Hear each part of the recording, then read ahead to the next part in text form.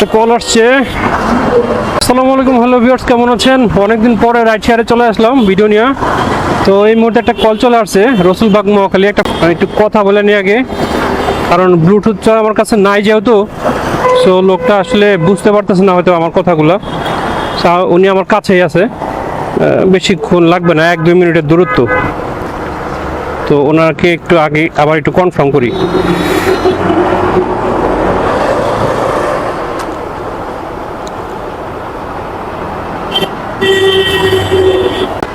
Hello, আসসালামু আলাইকুম। জি ভাইয়া, আপনি কোথায় আছেন?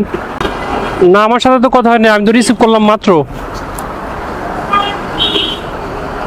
না না, একসাথে তো দুইজন রিসিভ করা যায় না ভাইয়া, আমি আপনার কল রিসিভ করছি তো।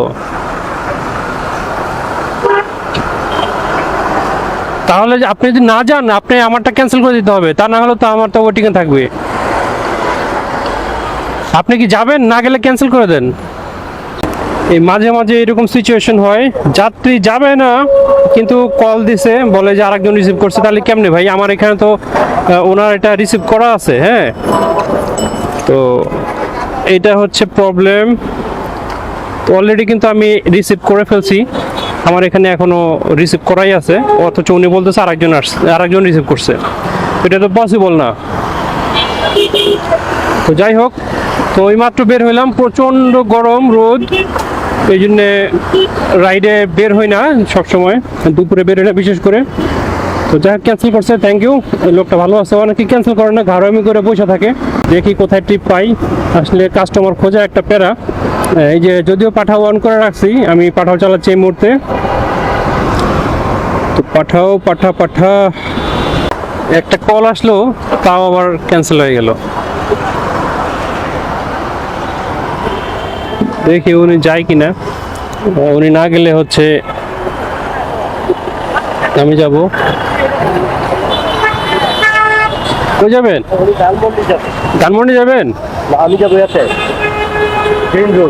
গ্রিন রোড যাবেন? কমফোর্ট হাসপাতাল চলেন, গ্রিন রোড যাবেন। 200 টাকা দিন। বেশি হয়ে গেল? কত দিবেন? 150 টাকা দিবেন। আর 20 টাকা দেওয়া যায় না? আচ্ছা, আসেন। হেলমেট আমি পরে দিই। ক্লিপ আছে তো, দেখি বাবা, লাগাই দিই। মহাখালী, এটা না মহাখালী ভাইয়া, বসেন।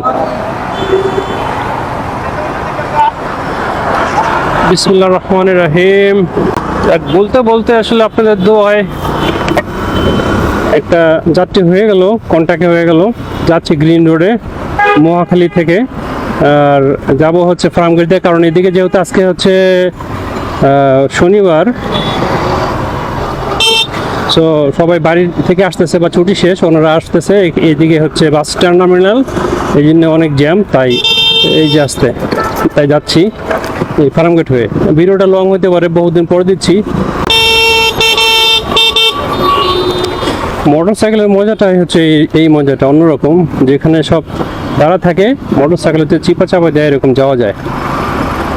তো যদিও অনেক সময় আটকা যায়, সিগন্যাল যেমন আটকাই গেছে, এখন সিগন্যাল তো আর পার হয়ে যাওয়া যাবে না। যদি সামনে কোনো বড় গাড়ি থাকে বা চিপা আটকায় দেয়, তাহলে তো শেষ। তো শনিবার আর এত গরম, মনে শনি লাগে গেছে, আর যে পরিমাণ জ্যাম বলার বাইরে। এইদিকে আসার কারণ মোটামুটি রাস্তাটা ফ্রি আছে, যেটা দেখতে পাচ্ছি। এখন এক টান দিয়ে পৌঁছাতে পারলে হয়। কোন দিক দিয়ে যাই?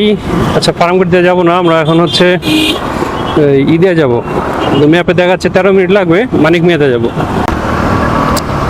শুক্রবারটা মোটামুটি গ্যাপ থাকে, ফ্রি থাকে রাস্তাঘাট, আর শনিবার থেকে বাড়া শুরু করে। এখন হচ্ছে বিকাল থেকে পুরো রাত্রে পর্যন্ত পুরো দেখা গেছে যে রাতের দিকে পুরো জ্যাম। তো বিজয় সরণি কারা কারা আসছেন নব থিয়েটারে জানাবেন।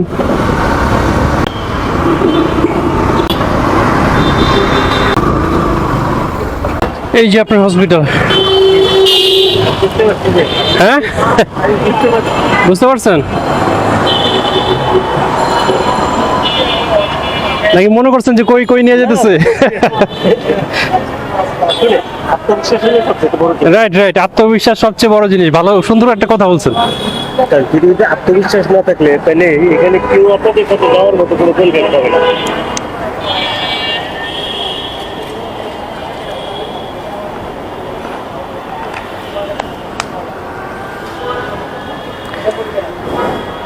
এটা দিয়ে নেই বলেন, শীতকাল।